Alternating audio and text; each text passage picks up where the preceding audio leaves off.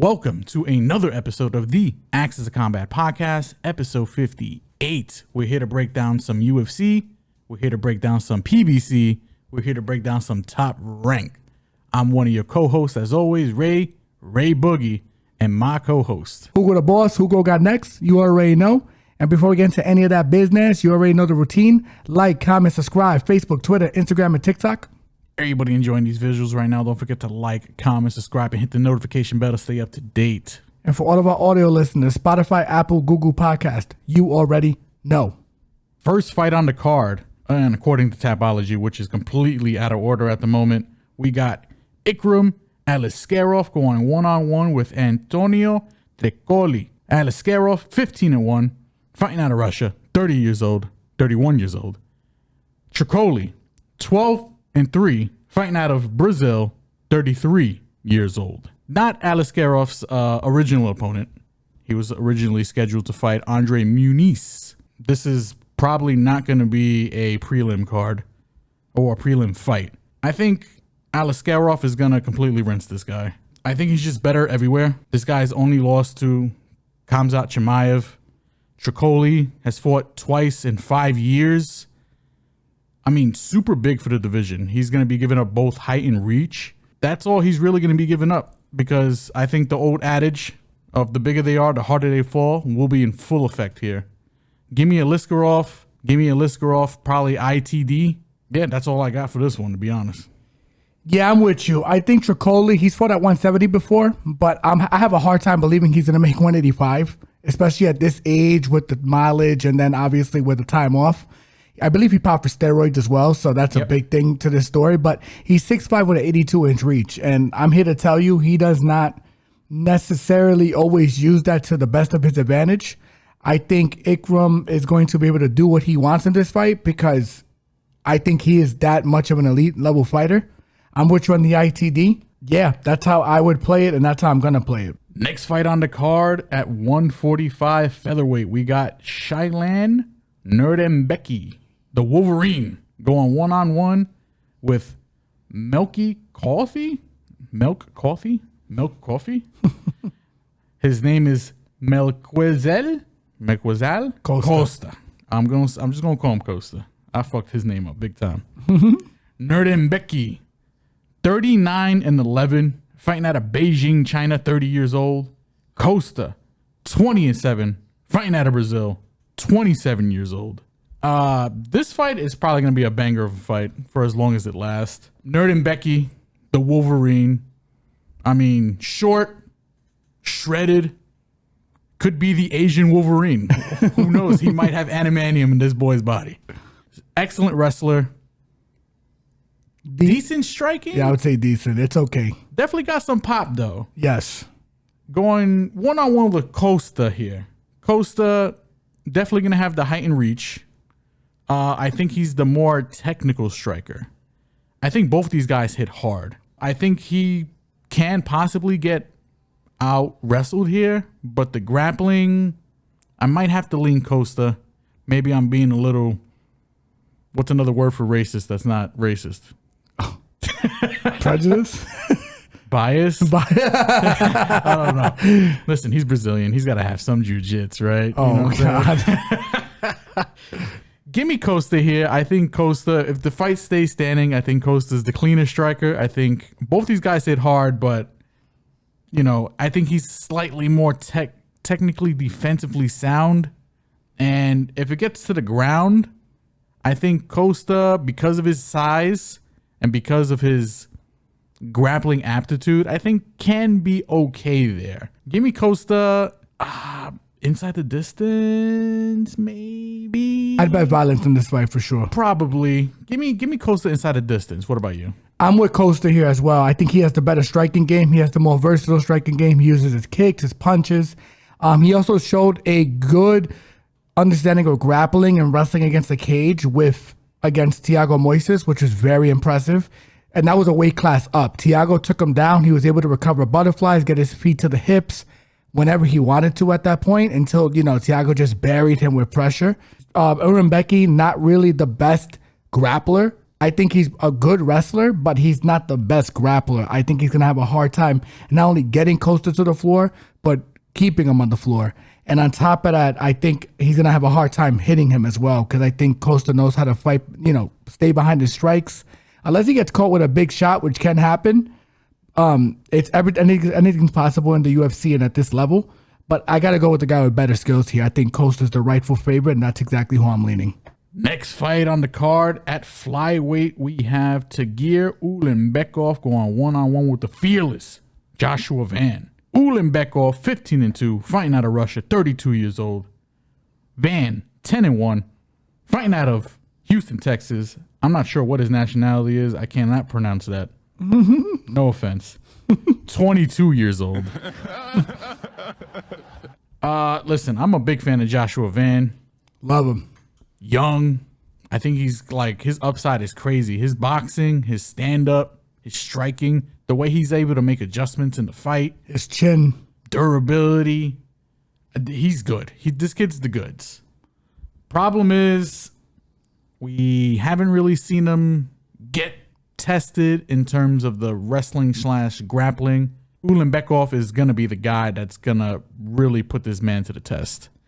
Ulanbekov is a bad motherfucker himself.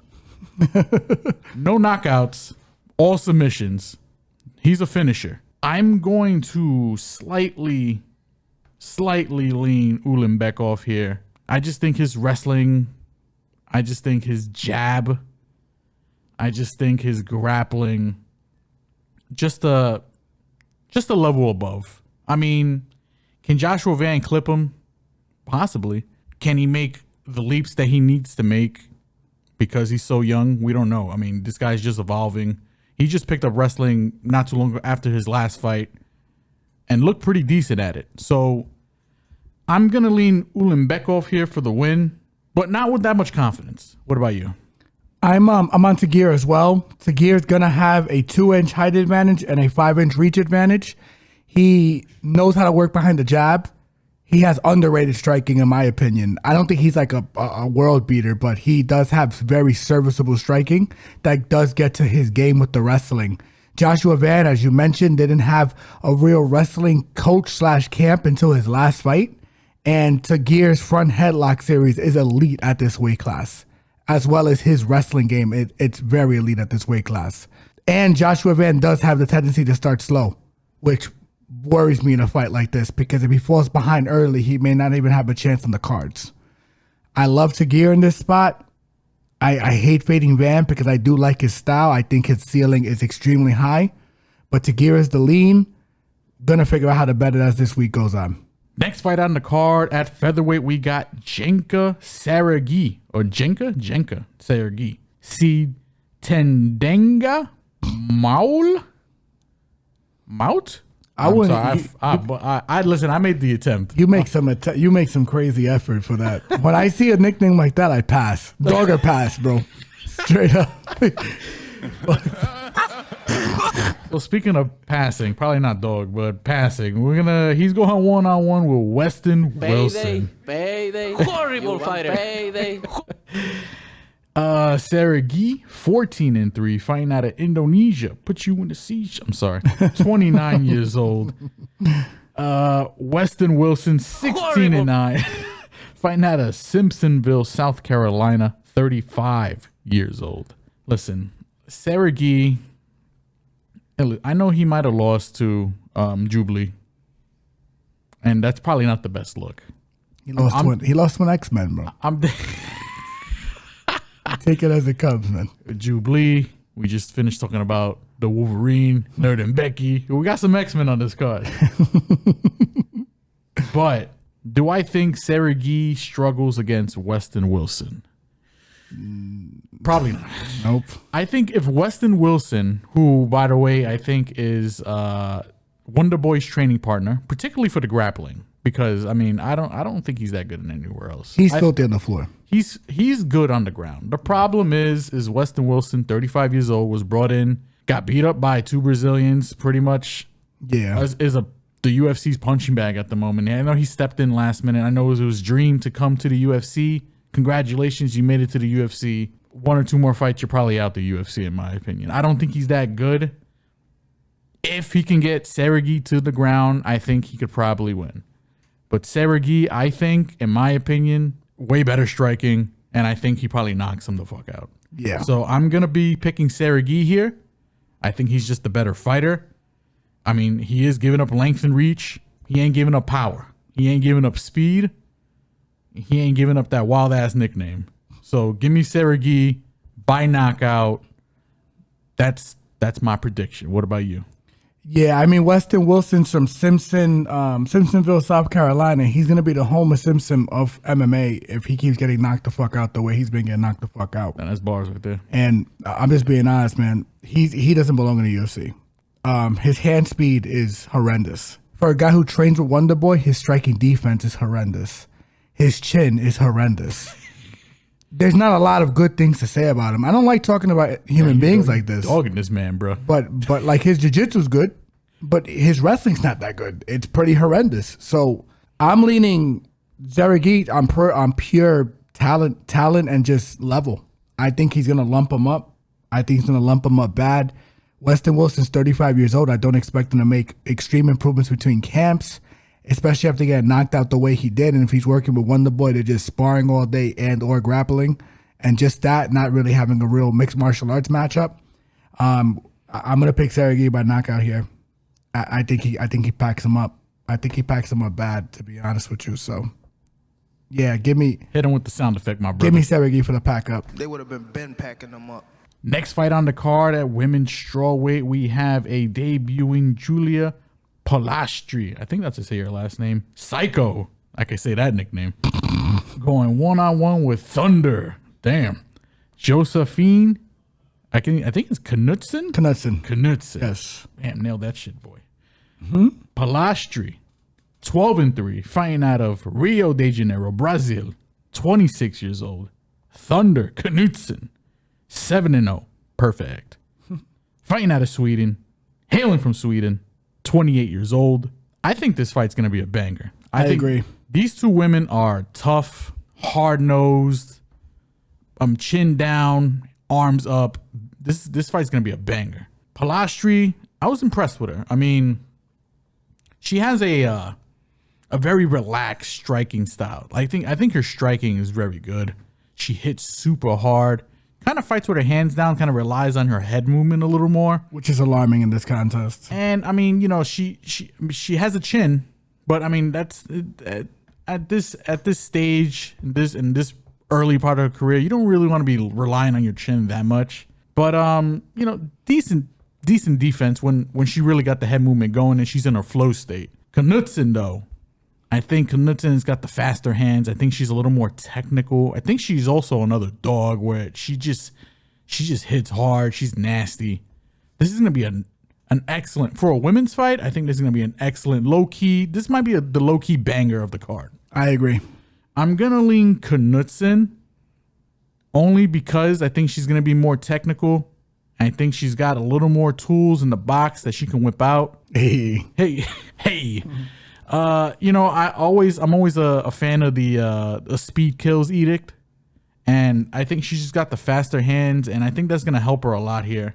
Give me Knutsson, not with the most confidence, because again, Polastri hits like a truck too, and her top game. She knows how to get to the back too. She's very good at it. She's decent. Yeah. So give me Knutsson, but not with the most confidence, and I think. I mean, I know I just, you know, slobbed and glazed these girls up, but this fight probably goes the distance, but it's going to be a hard-fought 15-round fight, in my opinion. What about you? I'm on Josefine because I think at this level, especially with like a 7-0 fighter and a girl who's 12-3 that's making her UFC debut, sometimes it's not about like what they do offensively. I think it's what they do defensively.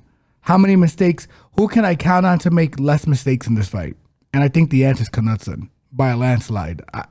Their offense is relatively similar. I think Knutsson's got the better weapons and tools on offense anyway. With the grappling and the wrestling, she knows how to mix in her takedowns with her striking better than Polastri does. But the big reason why I'm leaning heavy on this girl is because she doesn't make a lot of mistakes. Josefine. I think she's the real deal. I think this girl is UFC caliber. She's one of the people that Dana White should have signed off the Contender Series and did not for whatever reason. I guess because they went to decision. I guess the only downside to her, she's not a finisher. Yes. And that's the only thing I will say. She doesn't really go for the kill when she can go for the kill. But you want the real. I just equate that sometimes to being a high IQ fighter and not putting yourself in bad positions. And I think she's gonna win most of the minutes on this fight. And she's gonna. I think she's a different level from Polastri, to be honest with you. So give me Knutsson. I'm gonna go by decision.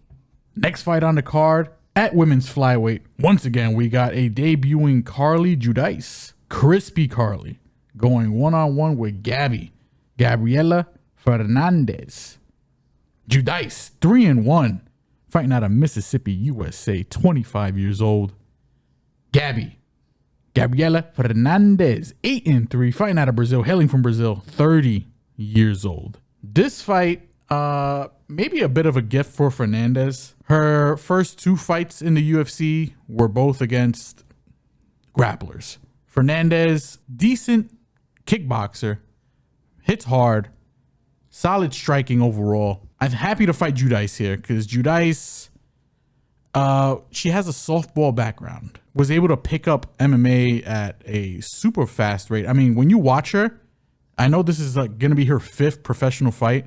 She doesn't really have that much of an amateur background. She just started not too long ago. But her striking is pretty decent. It's pretty clean. She has pretty decent head movement. If you watch a Contender Series fight against the swimmer, I can't remember her name off rip, but that fight was good. That was a good back and forth fight. I did lean her opponent only because of the forward pressure, and she was landing the cleaner shit.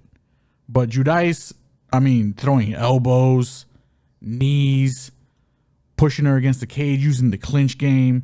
She's pretty decent. The problem with her is that we haven't seen her tested on the ground. This fight is probably not going to be a test. Give me Fernandes here. I think she's the better, more well-rounded striker here.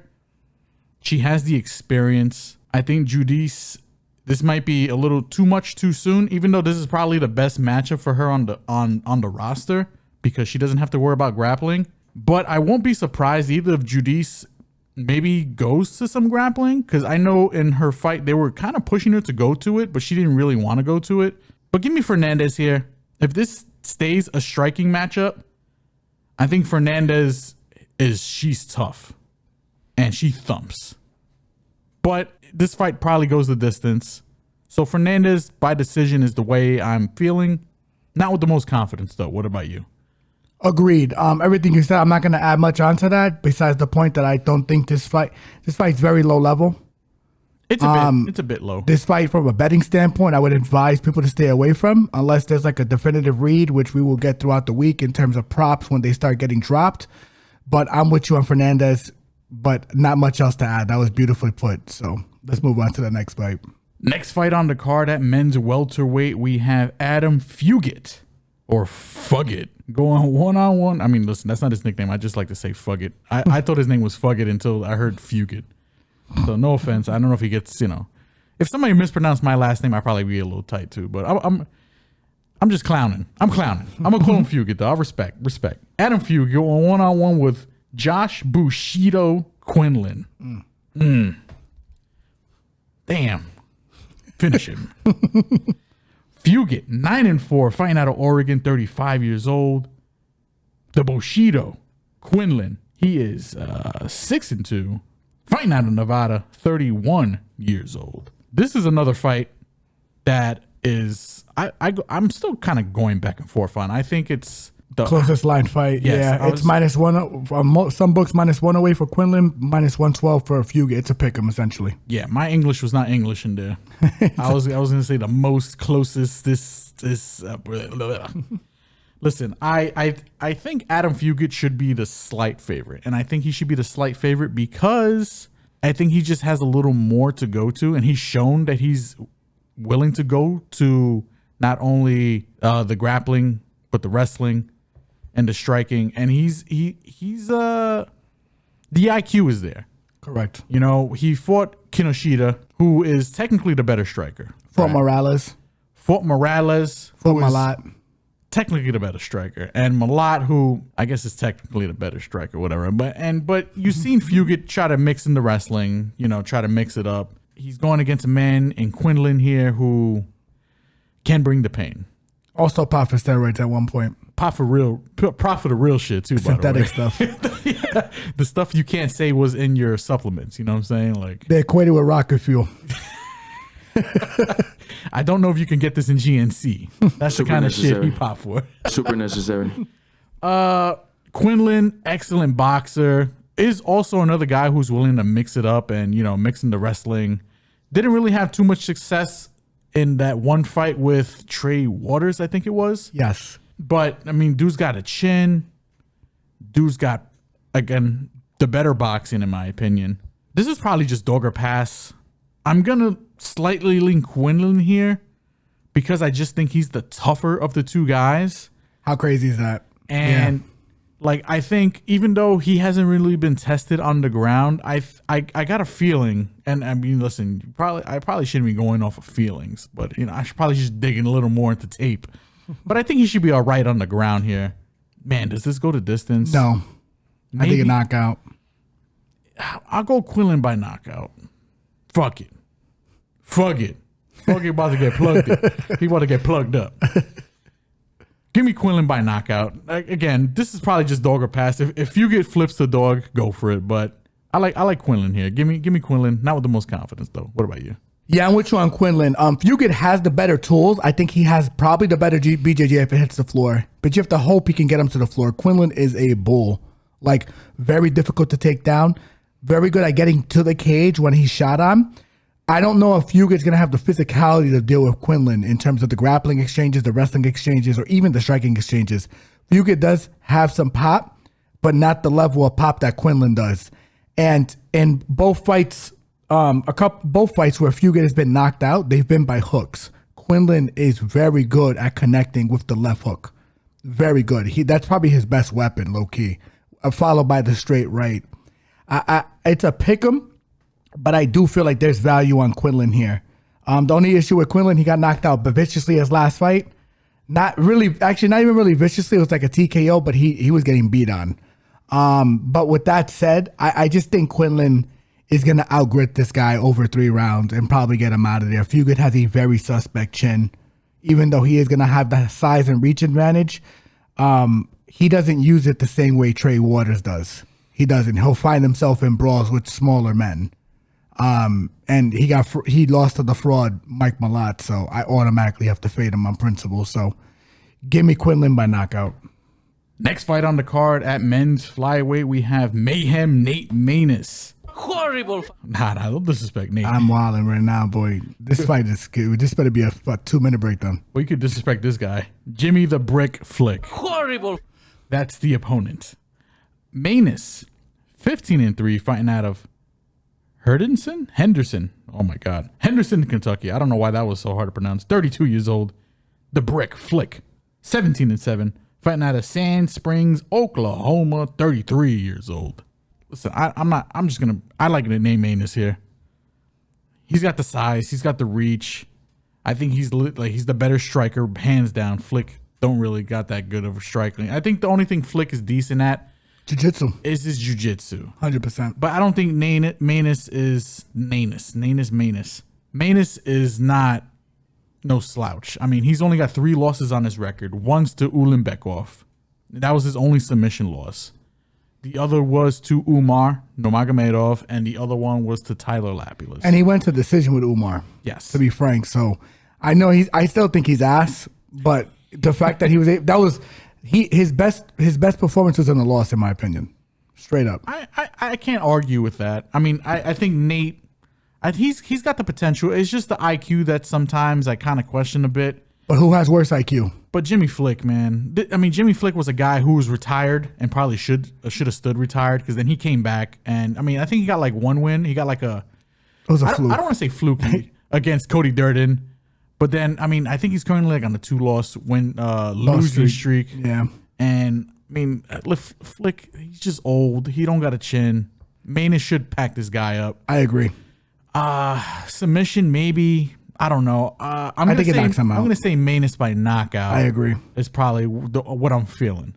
I'm with you. 100%. Maness is, I'm confident. How he gets it done, not too confident.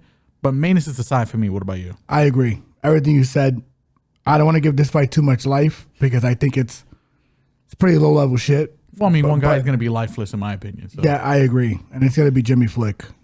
You know, so he ain't going to be watching too many more flicks after this shit. It's over. He might be flicking something else. He might be flicked out of the UFC. Like he shouldn't be fighting anymore. I like Maness by knockout. Next fight on the card at men's featherweight, we have Lucas Almeida going 1-on-1 with Twilight Timmy Cuamba. I think I said this last name correctly. Almeida, 14-3, fighting out of Brazil, 33 years old, not 23, 33. Cuamba, 8-2, fighting out of Las Vegas, Nevada, 25 years old. Binary fight, essentially, right? We got Almeida, the striker, going against Cuamba, the grappler. Yes. Almeida struggled against Sabatini. Got subbed by Brito. Got his shit cleaned out by Andre Feely. Feely was able to touchy Feely, that boy. Some weird shit going on in that fight. Some weird shit going on. I mean, listen, I was a believer in Almeida when he fought Trizano because I thought Trizano's ass. He was able to expose him. I won some money on that man. 3rd round knockout. Beautiful. Cuamba here, I think he's the goods. I agree. And he made his debut, short notice, upper weight class, was able to hold his own. He's a grappler. He wants this fight on the ground. His striking wasn't that bad. He's a very well-rounded mixed martial artist. And he's young too. I was kind of impressed with what I was watching with Cuamba here. He's the younger guy here. I think he's the guy that the UFC want to push, in my opinion. I mean, I know that's narrative based, but you know, these days we have to start considering that low key. You gotta look at it sometimes, you know. And I think Cuamba is gonna be able to get this fight to the ground and maybe get his first UFC win. So give me Cuamba here. Not sure how. I agree. Yeah, I'm with you there too. I want to put my nuts on the table and say sub, but Lucas is not I only see like high level people subbing him, you know? Yeah. So I don't think he's completely incompetent on the ground. The problem is that you can just take him down. You can take him down. So his takedown defense is non-existent, and I think Cuamba's gonna have moments on the feet here too. If this fight is standing, there's gonna be a lot of good shit being thrown at each other. So and you know what's hilarious? It would be Cuamba's first sub win because Cuamba actually doesn't have any subs. Yeah. So it's probably decision. I would lean decision, but I'm not sure. I would have to wait more till fight time. That's where I'm at. Fuck it. Give me Cuamba by KO. Fuck it. Yeah, I'm with you. I'll take the decision. That's where I'm at with this fight. Next fight on the card at men's bantamweight, we got Chapo Miles Johns going 1-on-1 with, man, you step your nickname game up, Douglas Silva de Andrade, a.k.a. D Silva. My man just put his, like, you know, when you sign a document and you're like, hey, initial your first name, just sign your last name. D Silva. All right. He's old, bro. Yeah, I mean, he's old. He's old, man. He's actually kind of old. Miles Johns, 14-2 overall, fighting out of Dallas, Texas, 30 years old. Douglas Silva de Andrade, D Silva, 29-5, fighting out of Brazil, hailing from Brazil, 38 years old. I think this is another fight that's kind of closely lined, right? Yeah. You and me, I think you kind of talked me, like, you know, we were watching the fights, you know, off camera before the podcast here, and you're kind of talking me on the Johns here. I think Johns should get this done, and the reason why I say that is because, I mean, you can argue Silva didn't really win his last fight against Stamen. I agree, and Stamen, you know, kind of has the formula on how to do what he needs to do. Miles Johns, good wrestler. Low output. Good striking defense, though. But excellent defensively. Excellent. He's one of the best striking defensive people in the UFC. Very hard to hit him. I mean, listen, the Silva's he's an OG. He's good on the feet, too. He's very good. But, you know, 38 years old. Father Time is undefeated. And it might be Miles Johns' time to put this man and knock his clock out. Yeah. I tried to make a cool pun there. I fucked it up. Well, yeah, he's going to punch his clock out for He's sure. going to punch his clock. Punch out of work. He's going to tell him to check out. I tell you what, I would wait to see how Andrade looks on the scales, considering this is the post-USADA era, low-key, because he does have a chance to win this fight because he does stump. I just see Johns has a good fight IQ, man. And Andrade does make mistakes. I just see Miles capitalizing on him, and he's been in there with big punches too, like Argueta. Argueta's a huge puncher. The thing is that Argueta is not as technical as Andrade. Andrade exits correctly. Andrade does a lot of good things correctly. That's why this fight is a little lined more closely. I'm with you on Johns. But I will say, don't be surprised if we change sides on this pick later in the week. Oh, 100%. I'm not confident on Johns at all. I mean, listen. This fight for me is like low-key a big stay away. Douglas has only lost to like Too many variables. Like he's got 5 losses. Nurmagomedov, Saeed, by the way. Correct. Lerone Murphy, Peter Yan, Rob Font, and Terhugov. Killers. Those are Killers. I mean, geez. I mean, is Miles Johns going to be the 6th guy? I mean, Yeah. when you compare his name to those guys, I mean, can he get it done? Sure. But, I mean, Douglas is a bad motherfucker, too, in his own right. I don't want to come out here straight disrespect. Like, this is literally dog or pass, a pick'em fight. On either side, you're not wrong. I'm just going to slightly lean Johns because Who's I think, the dog, by the way? you know, his wrestling is very good and should be able to control and mitigate a lot of what Douglas does, in my opinion. But I'm saying that not with the most confidence. And Miles stumps too. Miles has some pop. He has more pop than Stamen. And Stamen, I agree with you. I thought Stamen won the last fight against Andrade. And he lost position because of the ref, which in the first round. That was a clear, even with losing position, that was a clear first round in my opinion for him. Fleeced in that. It was crazy. Yeah. It was crazy. So now I'm on Miles John here, not with the most confidence as well. And we'll see how this bet shakes out throughout the week. Next fight on the card at men's flyweight, we got. I'm just not going to say his name. I'm not going to say his nickname. I'm not going to do it. Asu Amabayev going one-on-one with, I'll say this name, Lobo Solidario. Jose Johnson. Amabayev, 19-2, fighting out of Kazakhstan, 30 years old. Jose Johnson, fighting out of Texas, 16-8 overall, 29 years old. I think this fight is going to be a little one-sided. I don't know. Maybe it is, maybe it isn't. I'm with you. Amabayev, I think he's the goods. I think his striking might be a little overrated, at least with his hands. He throws a lot of good kicks. Good kicks. Versatile kicks. You go high, medium, low with them. He mixes them up. But, you know, his bread and butter is the wrestling. He's going to take you down. He's going to make sweet prison love. Oh my God. To whatever body part you give him. He's looking for the finish. Jose Johnson, I think he's going to be the better striker here. And I think he probably is he the more powerful guy? Am I willing to say that? Maybe. I mean, he's got a lot of KOs on his record. He's the bigger guy. He's definitely going to be the bigger guy. He's definitely going to be the longer guy. Definitely has the size and reach advantage. The only man to be twisted by Blackshear. That was easy money. We made money off that fight. We knew that shit was going to happen. He can use his limbs in the grappling, and that kind of gives him an advantage. But what I question about Jose Johnson is more about his process, like how he processes things in the ring. IQ. His IQ. I think Amabayev is the side here. I think Amabayev is going to be able to get his takedowns at will because we've seen Anheliger take him down no problem. No problem. And Anheliger is small. And Anheliger, I mean, I know he got submitted in the third round in that fight. That was kind of like a Jose Johnson being a little more opportunistic than I usually see him because he kind of brought the fight in that fight. I agree. And you know, Anheliger probably got caught slipping just a bit. Correct. You know what I'm saying? I don't think he's gonna catch Amabayev slipping here. Give me Amabayev here. Give me Amabayev by sub. I agree. And I'm gonna say second round. Yeah, I'm with you. And another reason I'm with you, I think Jose Johnson's probably the more tactical striker here. He's got more weapons.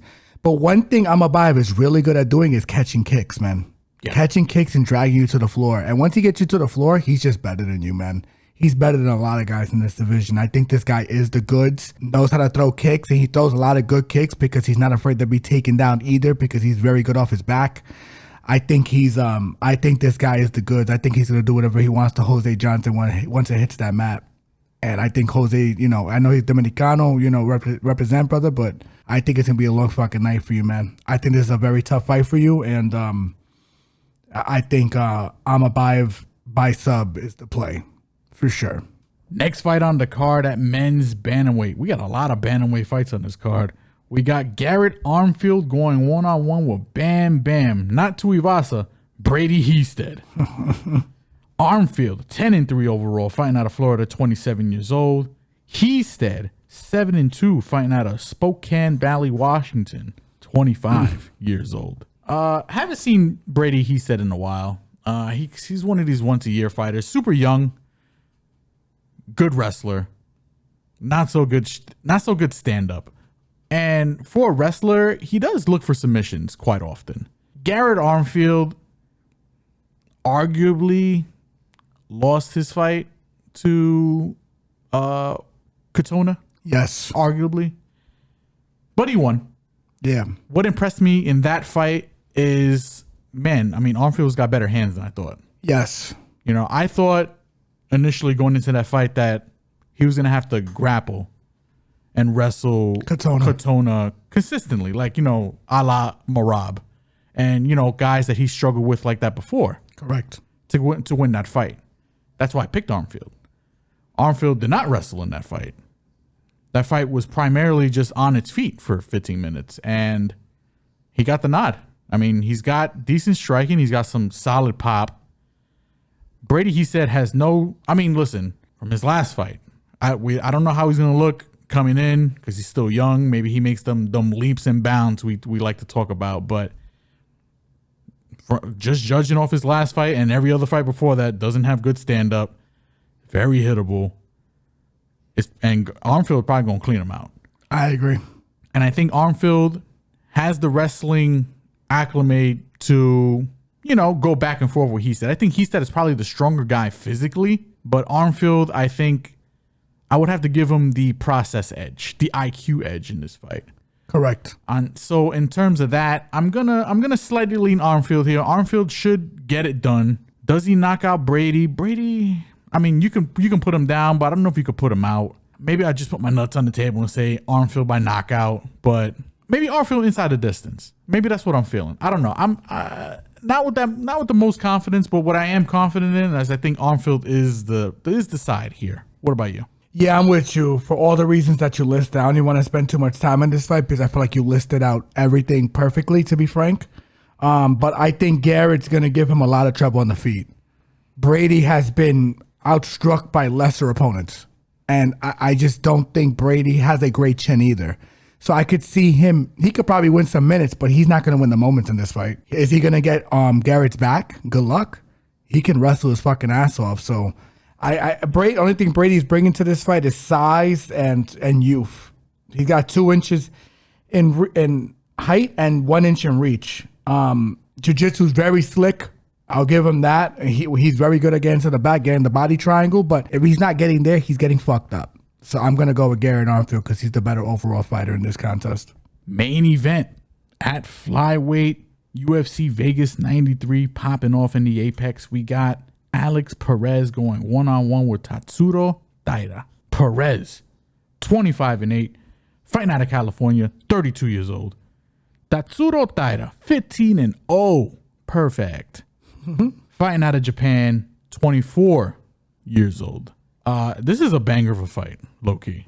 Alex Perez is on his fucking You Must Have Forgot tour ever since he's been back. He lost to Makayev, but he made Makayev look... He exposed that fraud. Yeah, he kind of exposed Makayev for being a little... He's a fraud. Not ass, I'm gonna go that far. Okay. He has no striking. Just not as good as people have been pumping him up. Like that dude he really put the brakes on that hype train hard. To the point where they didn't want to give Makayev the championship shot after that fight. And rightfully so, because Pantoja would have made dirty prison love to him. Like that's what would have happened. Yeah. Makayev has no gas, but listen, that's neither here nor there because he's not even fighting. But continue. I apologize for jumping in, but I just wanted to let you know that Tatsuro Taira is, I think, a much tougher fight than Makayev, which is kind of fucking crazy. We've been kind of hot when it comes to Alex Perez. I mean, we picked him against Makayev. That was a dog shot, and I think that was a good. You could argue he won the shot. You could argue he won the fight. You can argue. You could really argue that. We also picked him in his last fight.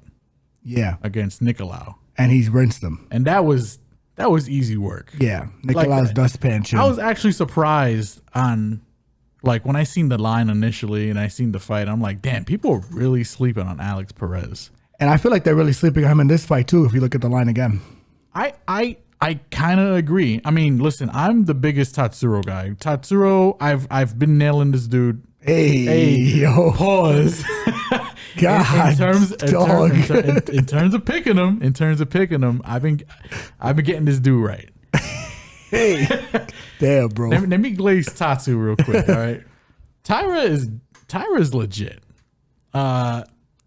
Excellent wrestling, great grappling. He's a finisher. I think his striking's a little underrated, but we haven't been able to see it. This fight, he's gonna have to bring it out. Huge step up in competition, by the way.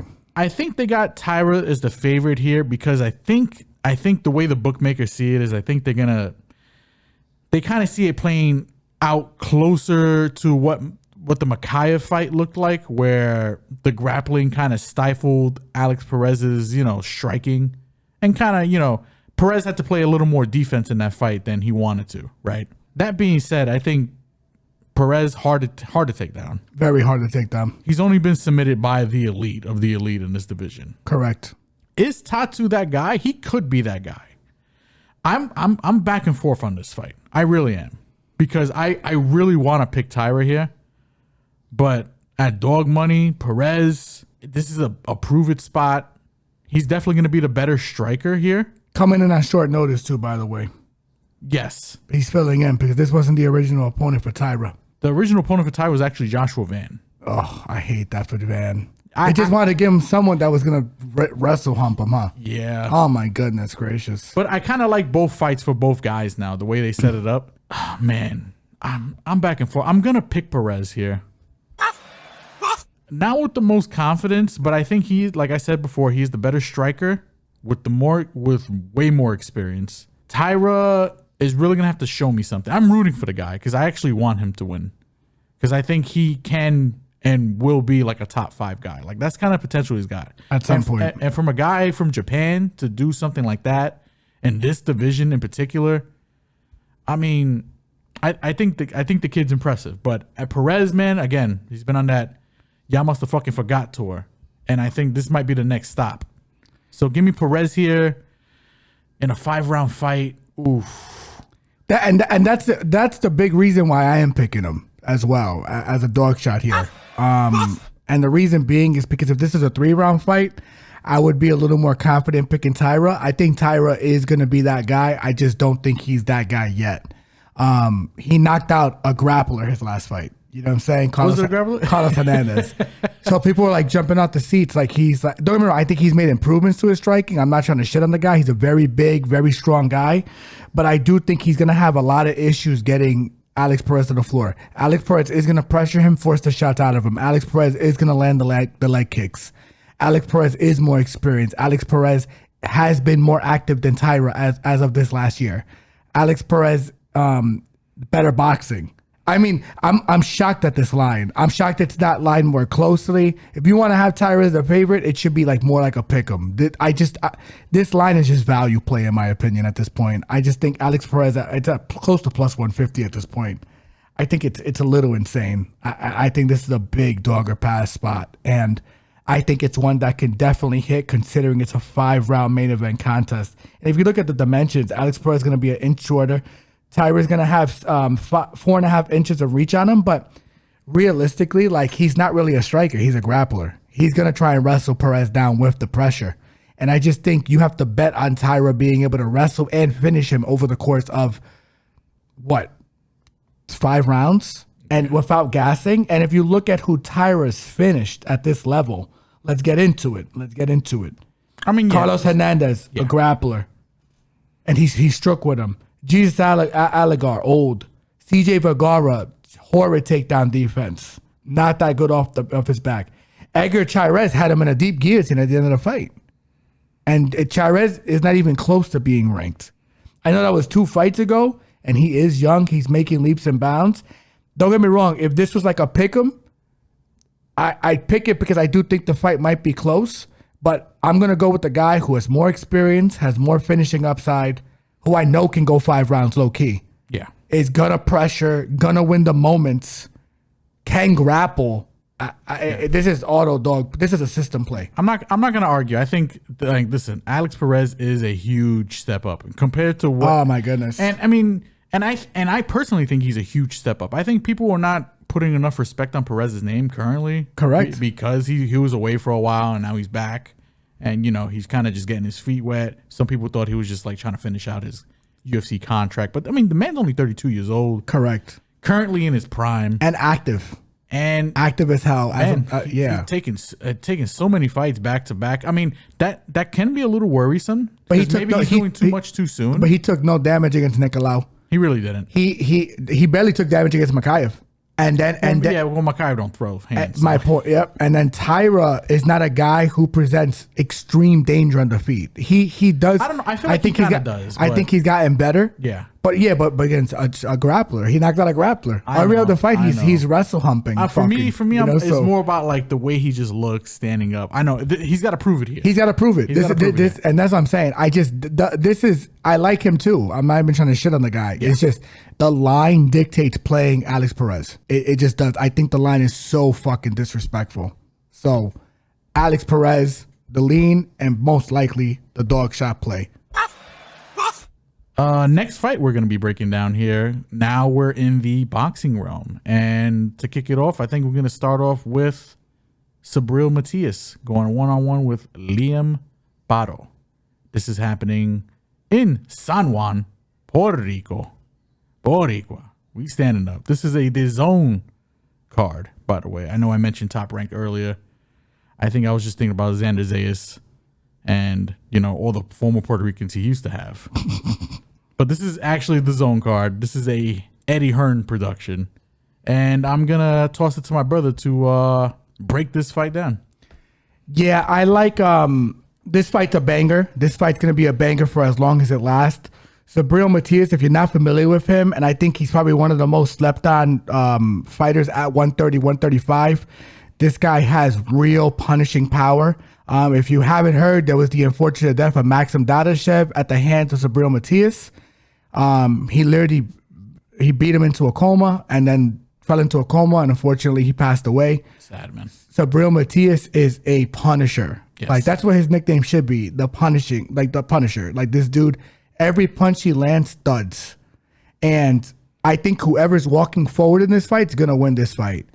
Now, if you're asking me, Liam Paro, very fun fighter, comes forward, throws shots to the body, throws shots to the head. I haven't seen him really on his back foot yet. And any fight, his last fight was against Montana Love, who predominantly fights off his back foot, so he could be the bull while Montana was the matador. And, Paro wound up getting the better of that situation. Does have power, does have finishing ability.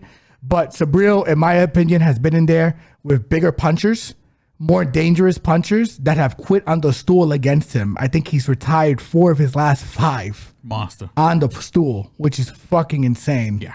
Professional fighters, by the way, legit high-level professional fighters. I think Paro is going to land on him early. Subriel is going to find his rhythm, keep walking him down, maybe eat a couple of shots or two, and he's going to stop him. I would say anywhere between rounds 3 to 8 or 6, 7 to 12. I think that's how we'll be playing this fight because he's a minus 700, which is a completely unplayable line. But I do think Subriel Matias, considering Eddie Hearn is putting this fight night in Puerto Rico, I do believe the narratives that these boxing promoters do. I do believe in these setup fights. I do not think this is going to be an easy fight. I do think this is going to be a fun fight, but it is a gunfight with a man who I believe has a bigger gun. I'm going to go with Matias via knockout. mid to late in this fight. I'll let you guys know how I'm going to bet it later in the week. You guys will see it pop up on all our social media platforms. But I think Subriel Matias is the goods, and I think in my opinion, the most ducked fighter at 35/40. Anywhere between 30 to 40, he's the most ducked fighter. I think he presents real problems, and when you are fighting someone like this guy has power that like your corner is gonna have to consider jumping in to save your ass because of what he's done to his previous opponents. So Subriel Matias via KO between those spans. I got really nothing much to add to that. I mean, listen, this is, in my opinion, it probably is a bit of a showcase fight here. This is Subriel's first fight on the zone ever since leaving Top Rank. I think that's why I was thinking about Top Rank. But like you mentioned earlier, I don't think you mentioned it, but I know we spoke about it off camera. The person walking forward is going to be winning. The person walking backwards is going to be losing. I'm not the biggest fan of Subriel's defense.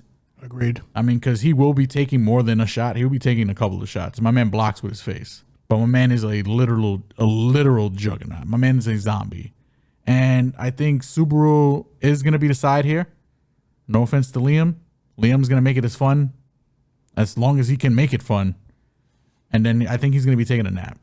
I agree. Or retired at the corner. Yes. And by the way, I said 130 to 140. I apologize. It's 135 to 140. There you go. That's his weight range. That's that light welterweight weight class. So a lot of guys ducking him, in my opinion, and rightfully so, to be frank. Like, this guy is fucking dangerous, man. And I think he's probably the biggest prospect outside of Zandazayas from Puerto Rico at the moment. So Subriel Matias via knockout. Now moving on to the next fight for boxing. We'll start with you want to start with the main or the co-main? Co-main. We'll start with the co-main on this PBC card happening on Saturday in the MGM Grand Arena in Las Vegas. We got David Benavidez going one-on-one with Alexander. I had his last name. Vosdik. Yeah. Listen, I'm not trying to sound like an asshole. That's how you say it. That is hilarious. It's Vosdik. Break it down, my brother. This is actually, I think, the most interesting fight this weekend, for a lot of reasons. I think Vosdik has real boxing acumen. This is the best, I think, pure boxer. You could argue that Benavidez has fought outside of Caleb Plant. His ability to go to the body, to the head, to the body, like he knows how to throw in combination. He knows how to target. He also has a good pull right hand. If you guys watched his fight against Arthur Beterbiev, he legitimately pulled Beterbiev into about 3 or 4 of those shots and rang his bell. And you've seen Arthur respond. Yes, he respected the power coming back. Yeah, this guy is big. This guy is the biggest guy Benavidez has fought. With that said, I think Benavidez is going to get it done late in this fight for these reasons. I think Alexander is 37 years old. I think he's a little older. I think even though he's going to have a big target area because Benavidez stands square, there's going to be a lot of opportunities for him to land. But the reason Benavidez stands square like that is for 2 reasons. He's pretty good at rolling with punches. He trusts his chin. And on top of that, too, what he does very well, he cuts off your exits. That's why he stands square most of the time. Because if you're going right, or if you're going right here, he'll throw the hook. And then he'll throw in combination. If you're going left, he'll do the same thing and throw in combination. Benavidez is literally the Mexican monster for a reason. Don't be surprised if I throw a little bit on Alexander. And the reason being is because Benavidez has been dropped by lesser opponents. Alexander does have a right hand that can discipline Benavidez and possibly drop him in this fight, in my opinion. If he comes ready, I want to see how he looks on the scale. If he looks really good, I'll make a play on him, a small play. But the lean is definitely going to be Benavidez in this fight. I think Benavidez is a builder. He might start off a little slow, which is another reason why I think Alexander can be slightly live in this fight. But I just think Benavidez, youth, hand speed, I think he has it all on his side. And I think Alexander, even though he did go 10 rounds with Beterbiev, and Beterbiev did drop him 3 times in the 10th round, and he did not give up. The referee kind of had to step in and save him. I think that Benavidez, even though he doesn't hit like Beterbiev, in my opinion, I think Beterbiev hits harder than Benavidez. I think Benavidez's volume and his ability to cut you off as well as go to the body with volume and combination punching is going to be a little too much for the older Alexander. This fight would have been a real dog or pass play if Alexander was about 5 years younger. I think, and as you saw in the Beterbiev fight, the Beterbiev fight, Yes. What broke him was pressure. And Beterbiev just pressured him.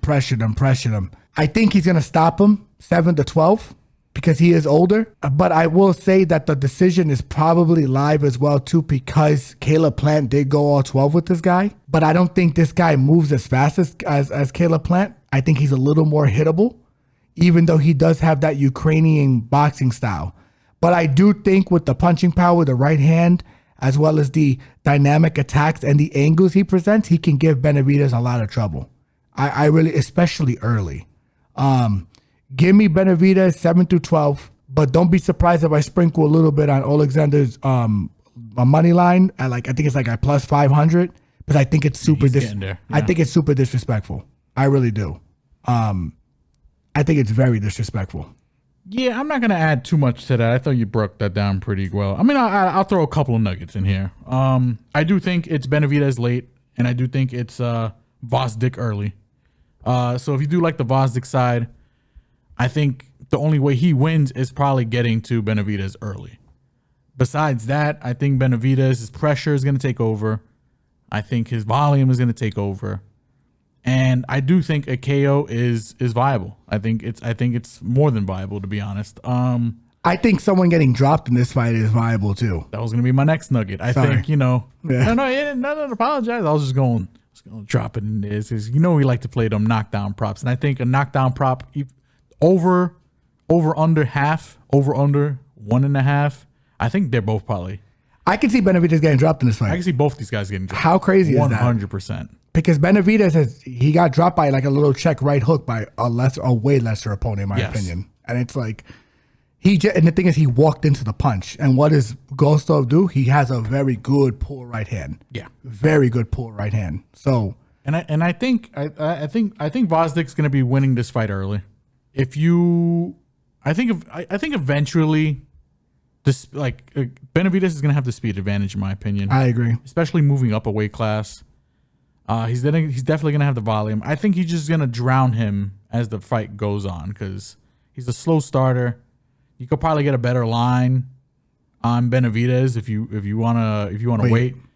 Out of all the minus 700s that we're going to be breaking down here, this fight is probably the most live for the opponent to probably win here. I don't think Gvozdyk is completely out of a dog shot here, but I am going to be picking Benavidez here to win inside the distance, 7-12, maybe 9-12. I agree. Get a little gully.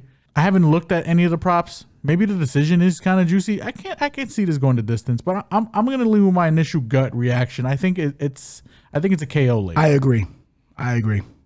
And now the main event for the PBC card, we got Gervonta Tank Davis going against the Ghost Frank Martin. My brother, break it down.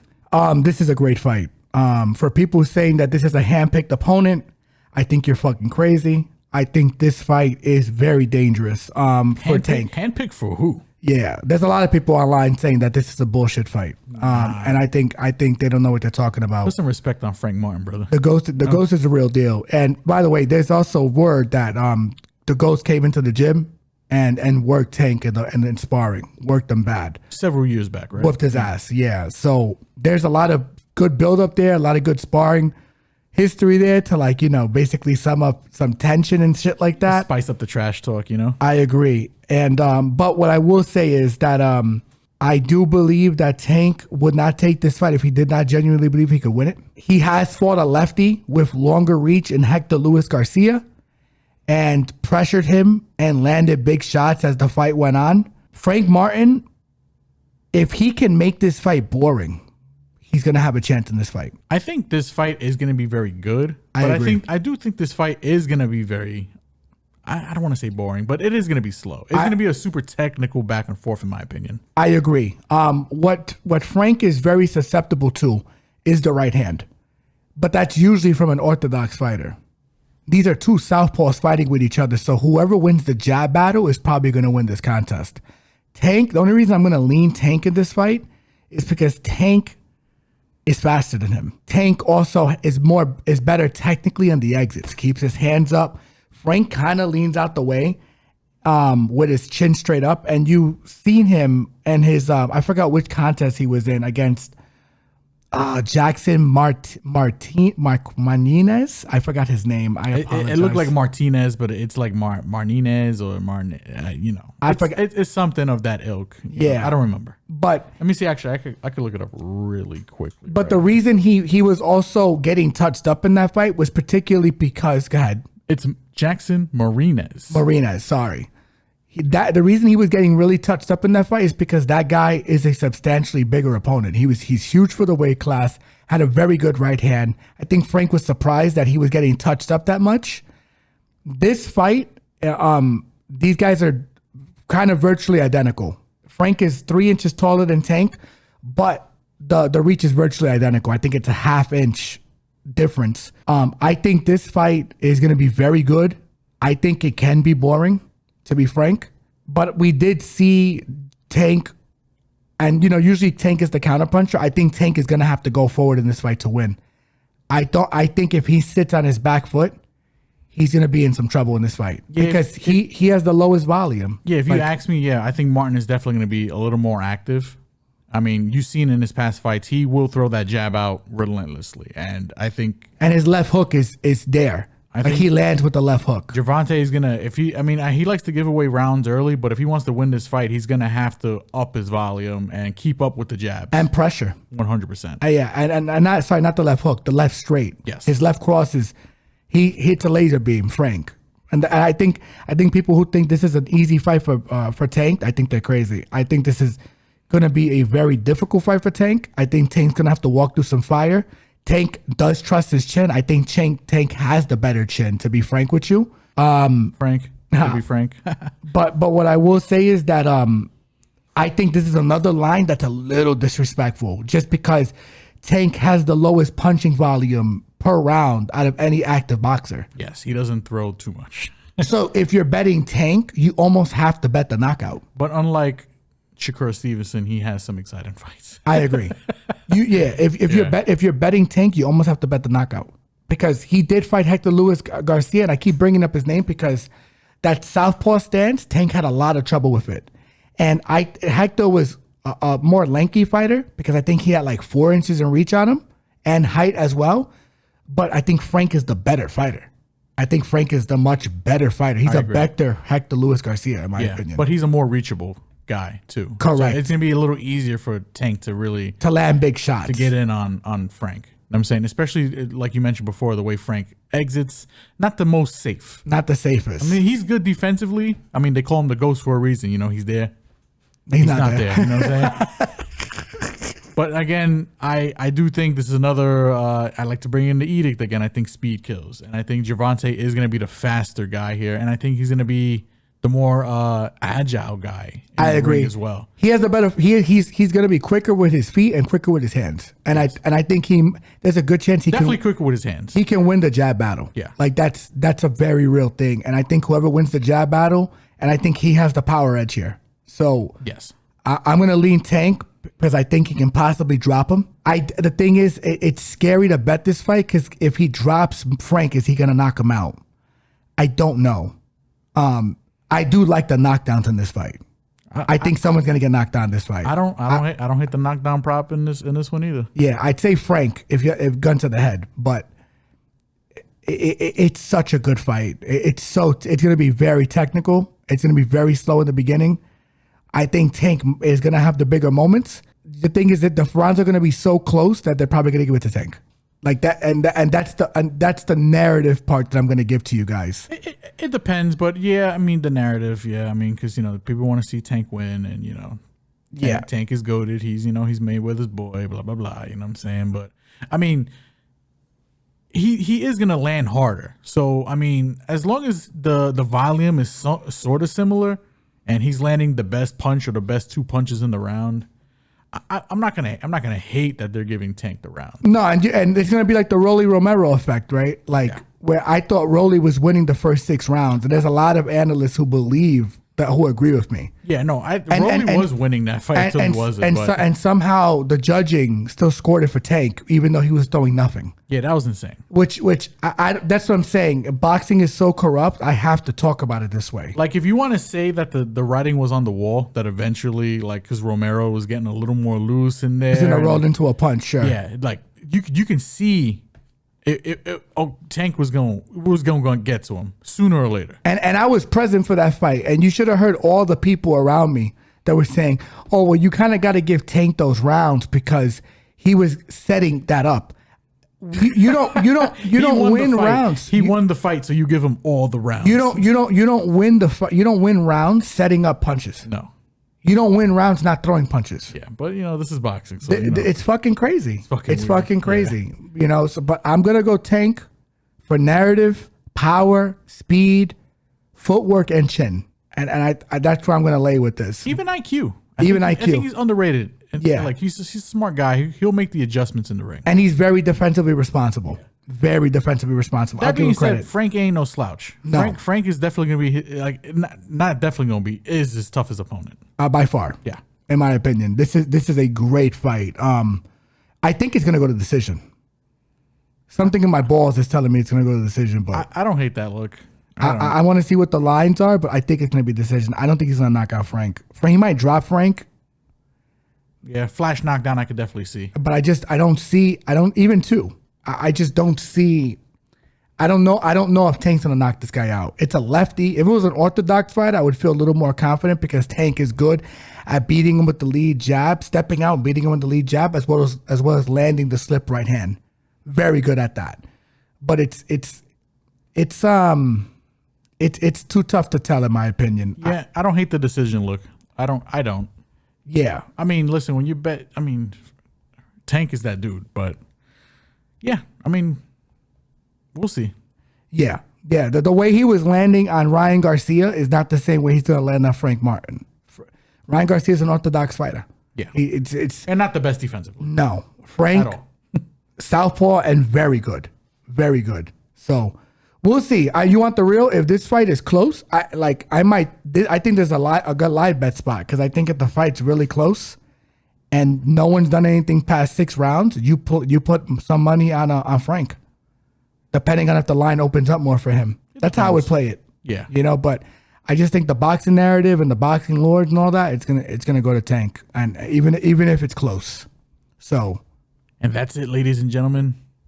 Broke down some PBC. We broke down some The Zone, not Top Rank.